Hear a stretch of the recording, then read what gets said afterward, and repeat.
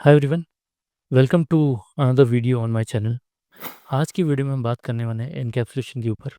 इसका जो previous video था उसके अंदर मैंने पॉलीमॉर्फिज्म कवर किया है, उसके दोनों types that is method overloading and method overriding with few examples, ताकि आपका अंडरस्टैंडिंग पॉलीमॉर्फिज्म की तरफ बढ़ जाए। और मैंने ये भी एक ज़रूरी चीज़ बताई है कि पॉलीमॉर्फिज्म कोडिंग में क्यों यूज़ करना चाहिए। लोगों को पॉलीमॉर्फिज्म तो पता है, बट उसका यूसेज क्या है और उसको क्यों कहाँ पे कैसे यूटिलाइज कर सकते हैं, ये चीज़ें मैंने उस वीडियो में कवर की है। अगर आपने वो वीडियो नहीं देखा, please do go and check out that video. So let's get started with encapsulation. So यहाँ पे मैंने कुछ पीपीटीज बनाई है एनकैप्सुलेशन की। एक सिंगल पीपीटी है रफ पॉइंट्स मेंशन करने के लिए। सबसे पहले हम देखेंगे एनकैप्सुलेशन क्या है। डेफिनेशन बहुत सिंपल है और उसका जो प्रैक्टिकल में यूसेज बताऊंगा आपको। देखो, डेफिनेशन हर स्टूडेंट को समझ में आ जाता है, बट उसका जो कोड है या वो कहाँ पे यूज़ करना चाहिए, उसका प्रैक्टिकल रियल टाइम यूज़ क्या है, ये बच्चों को समझ में नहीं आता।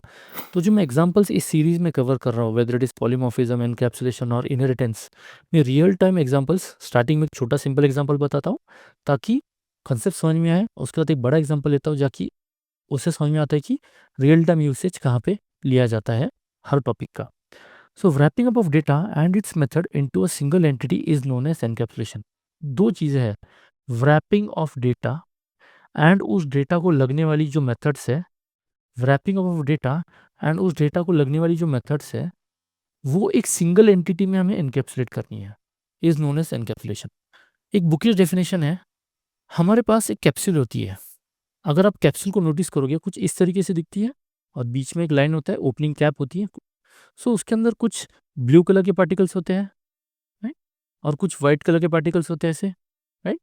सो ब्लू कलर के पार्टिकल्स का काम होता है बुखार ठीक करना, राइट कलर के पार्टिकल्स का काम होता है वाइट कलर के पार्टिकल्स का काम होता है फीवर या फिर कोल्ड कफ ठीक करना। So depends, right. I am taking an example. So wrapping up of data and its method into a single entity is known as encapsulation. अभी मैं और एक एग्जांपल और डायग्राम के साथ आपको बताने वाला हूँ। बढ़ते हैं नेक्स्ट पॉइंट के पास। Class is my encapsulated body. क्योंकि अगर मैं क्लास का एग्जांपल देखता हूँ, तो क्लास में हम क्या डिक्लेयर करते हैं, प्रॉपर्टीज, एंड उस प्रॉपर्टीज को लगने वाले क्या डिक्लेयर करते हैं, फंक्शंस डिक्लेयर करते हैं। So wrapping up of data, data, so ultimately data मतलब क्या है, जैसे इंटीजर रोल नंबर, तो रोल नंबर क्या मेरा डेटा कैरी करता है, दैट इज स्टूडेंट का रोल नंबर कैरी करेगा। Wrapping of data and its method into a single entity is known as encapsulation. So class क्या है मेरा, एक एनकैप्सुलेटेड बॉडी है। In the same way object भी क्या है मेरा, एक एनकैप्सुलेटेड एंटिटी है। An object is my encapsulated entity. अब ये डायग्रामेटिकली मैं आपको बताऊंगा कि ऑब्जेक्ट एक एनकैप्सुलेटेड बॉडी क्यों है। एक सबसे पहले मैं एग्जांपल लूंगा और उसका डायग्राम बनाऊंगा ताकि आपको ये लाइन समझ में आएगी। I will come back to this line later on.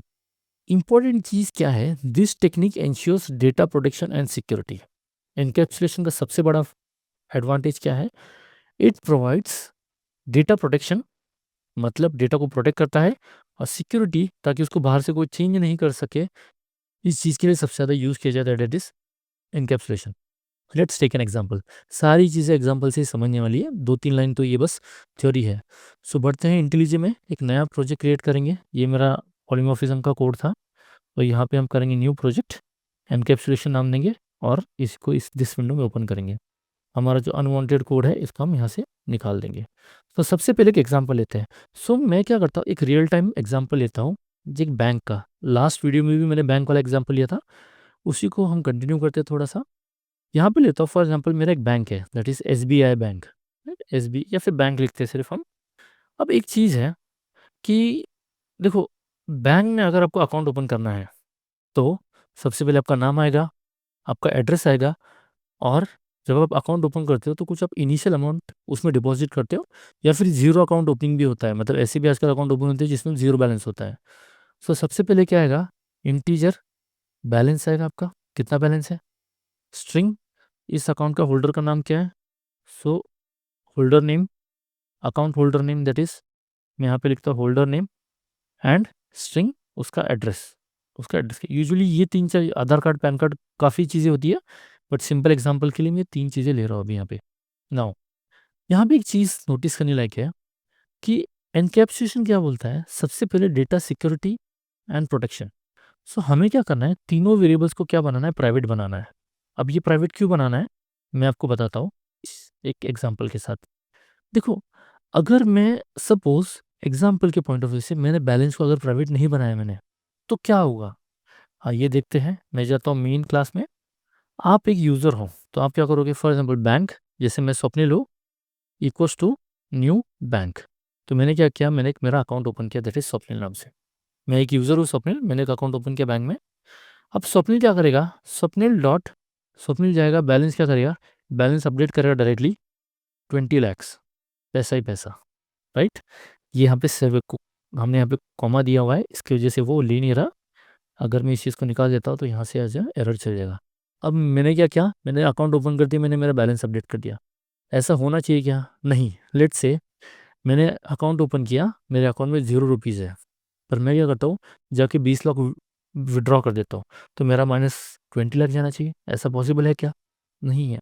अब कोडिंग में ऐसा क्यों पॉसिबल है, यहाँ पे देखो, बैलेंस नाम की जो प्रॉपर्टी है, ये प्रॉपर्टी पब्लिक प्रॉपर्टी है, या फिर आप बोल सकते हैं डिफ़ॉल्ट प्रॉपर्टी है। डिफ़ॉल्ट कब होती है, जब मैंने इसके आगे कुछ नहीं लिखा।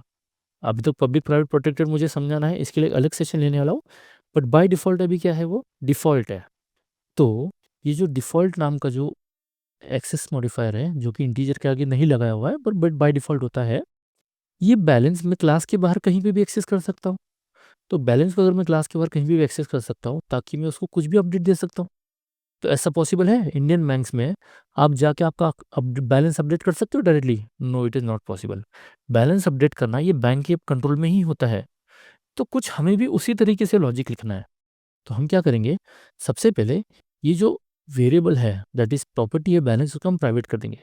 जैसे ही मैं इस बैलेंस को प्राइवेट कर देता हूँ, सो ये बैलेंस नाम का वेरिएबल मैं क्लास के बाहर नहीं यूज़ कर सकता, क्योंकि प्राइवेट जो एक्सेस मॉडिफायर है, वो क्या कहता है कि आप जो भी वेरिएबल या जो भी प्रॉपर्टी प्राइवेट बनाते हो, उसको सिर्फ आप क्लास के अंदर ही एक्सेस कर सकते हो, आप क्लास के बाहर एक्सेस नहीं कर सकते। मतलब इस ब्रैकेट के बाहर हम उसको एक्सेस नहीं कर सकते।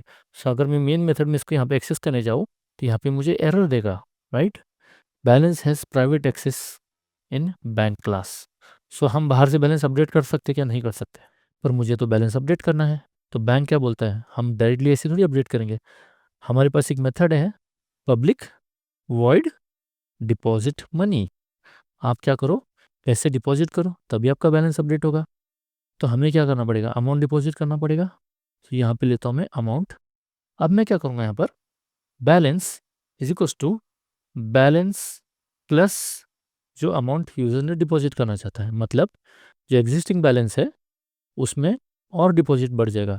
सपोज आपका लास्ट बैलेंस था 10 रुपीज़, सो 10 प्लस आप अगर अमाउंट भेजते हो 100, तो 10 प्लस 100 क्या बनेगा, 110 बनेगा। और 110 किस में स्टोर हो जाएगा, बैलेंस नाम की वेरिएबल में स्टोर हो जाएगा। अगर आपका इनिशियली 0 बैलेंस है, तो 0 प्लस आपका जो फर्स्ट डिपॉजिट है दैट इज 100 बन जाएगा 100, और वो हो जाएगा यहाँ पे। बैलेंस प्लस अमाउंट करना क्यों ज़रूरी है, क्योंकि आपको पुराना बैलेंस प्लस नया अमाउंट ऐड होना चाहिए। अगर आप यहाँ पे बैलेंस नहीं लिखोगे, तो आपका क्या प्रॉब्लम आएगा। तो लेट से प्रॉब्लम ऐसा है कि आपके अकाउंट में पहले 5,000 थे, और आप क्या करते हो, 200 रुपीज़ और उसमें इंसर्ट करते हो, तो डायरेक्टली 200 किससे रिप्लेस हो जाएगा, बैलेंस में रिप्लेस हो जाएगा। मतलब 5,000 की जगह क्या आ जाएगा, 200 आ जाएगा। ऐसा नहीं होना चाहिए। So balance is equals to पुराना बैलेंस प्लस आपका जो नया अमाउंट आप अपडेट करना चाहते हो, वो यहाँ पे आना चाहिए। सो इससे क्या होगा कि जो बैलेंस वेरिएबल अपडेट होना चाहिए, उसका कंट्रोल सारा बैंक क्लास के पास ही है। So this is what definition says is that wrapping up of data, so data किस में है, बैलेंस नाम की वेरिएबल में, एंड इट्स मेथड, उसको कौन सी मेथड अपडेट करती है, डिपॉजिट नाम की मेथड है, into a single entity is known as encapsulation. So मेरी कौन सी एंटिटी है, मेरी है बैंक नाम की एंटिटी है, उसके अंदर मैंने क्या कर दिया, उसको इंसर्ट कर दिया। अब यहाँ पर क्या होगा, अब मैं चाहता हूँ कि मुझे बैंक में पैसे डिपॉजिट करने हैं, तो मैं कहूँगा स्वप्निल डॉट डिपॉजिट, कितने डिपॉजिट करने हैं। सो लेट्स से मैं डिपॉजिट करता हूँ 500 रुपीज़, तो मेरा बैलेंस क्या हो जाएगा, अपडेट हो जाएगा। सो हम एक फंक्शन बनाएंगे, मुझे बैलेंस प्रिंट करना है। बैंक में होता है बैलेंस प्रिंट करने के लिए फंक्शन होता है पब्लिक वॉइड प्रिंट बैलेंस। सो हम यहाँ पे क्या करेंगे, SOUT, और मैं कर दूँगा प्रिंट बैलेंस। सो मैं चाहता हूँ कि जैसे ही मैं पैसे डिपॉजिट करूँ, डिपॉजिट होने के बाद मेरा क्या अमाउंट अपडेट हुआ है, वो भी मुझे दिखना चाहिए। तो जैसे डिपॉजिट हुआ, मैं क्या करूँगा, यहाँ पे प्रिंट बैलेंस नाम का मेथड कॉल कर दूंगा, और यहाँ पे क्या आएगा, मेरा बैलेंस नाम का वेरिएबल आएगा। यहाँ पे मैंने गलत लिख दिया था, और यहाँ पे क्या आएगा, प्रिंट बैलेंस। सो जैसे ही मैं कॉल करता हूँ स्वप्निल डॉट डिपॉजिट, मैंने 500 रुपये डिपॉजिट करने हैं, मेरा एग्जीक्यूटर यहाँ से उठ के डिपॉजिट में आएगा, अमाउंट का वैल्यू 500 आया, 500 किसके अंदर जाएगा, बैलेंस प्लस 500 बनेगा 500, और मैंने किसको कॉल कर दिया, प्रिंट बैलेंस को। प्रिंट बैलेंस क्या करेगा, खुद का काम करेगा, बैलेंस प्रिंट का काम करेगा। सो यहाँ पे अगर हम इसको थोड़ा फैंसी बनाए, your balance is colon plus, और मैं बैलेंस प्रिंट कर दूंगा। सो आइए मेन मेथड में चलते हैं, इसको हम रन करेंगे। सो क्या है मेरा, योर बैलेंस इज 500। अब मैं और एक डिपॉजिट करता हूँ, सो मैं कहूँगा स्वप्निल डॉट डिपॉजिट, मुझे और 500 अपडेट करने हैं, या फिर फॉर एग्जाम्पल मुझे और 200 रुपीज़ डिपॉजिट करना है। तो मेरा पहला डिपॉजिट 500 का है, तो क्या आया, डिपॉजिट डन हुआ, योर बैलेंस इज 500। अगेन मैंने क्या किया, स्वप्निल डॉट डिपॉजिट, तो वापस 200 डिपॉजिट किया, तो पुराना 500 प्लस नया 200 रुपीज़ ऐड हुआ, तो मेरा बैलेंस क्या हो गया, your balance is 700। So this is what encapsulation says, wrapping up of data and its method into a single entity is known as encapsulation. For example, और एक एग्जांपल लिखते हैं, private holder, bank account holder name है, holder मतलब account का जो owner है उसका नाम है। तो मैं क्या करूँगा, यहाँ पे एक मेथड बना दो, पब्लिक वॉइड सेट नेम, मैंने मुझे नाम सेट करना है, तो मैं यहाँ पे करूँगा स्ट्रिंग नेम, राइट, और यहाँ पे मैं नाम सेट कर दूँ। अब यहाँ पे मैं मेथड बनाता हूँ, सो यहाँ पे नाम कैसे करूँगा, दिस कीवर्ड मैंने ऑलरेडी बताया हुआ आपको वीडियो में, this dot name holder name is equal to, मैं क्या करूँगा, नेम, मतलब जो ये नेम नाम के अंदर जो मैं वैल्यू पास करूँगा, वो वैल्यू किस में कॉपी हो जाएगी, ऑब्जेक्ट के अंदर जो होल्डर नेम रहेगा उसके अंदर कॉपी हो जाएगी। सो दिस मतलब क्या, it is talking about current object. मतलब अगर मैं यहाँ पे करता हूँ Swapnil dot set name, account holder name set करना है मुझे, सो सेट नेम जब मेरी कॉल होगी, तो वो कौन सा ऑब्जेक्ट कॉल कर रहा है, स्वप्निल वाला ऑब्जेक्ट कॉल कर रहा है। तो सेट नेम मतलब होल्डर नेम जो सेट होगा वो किसके लिए सेट होगा, वो इस ऑब्जेक्ट के लिए सेट होगा जिस ऑब्जेक्ट ने उसको कॉल किया है। So this is known as this reference, it's a reference variable, एक रेफरेंस कीवर्ड है जो रेफर करता है करंट ऑब्जेक्ट को, इतना याद रखना। अब मुझे नाम सेट करना है, तो मैं करूँगा स्वप्निल ABC।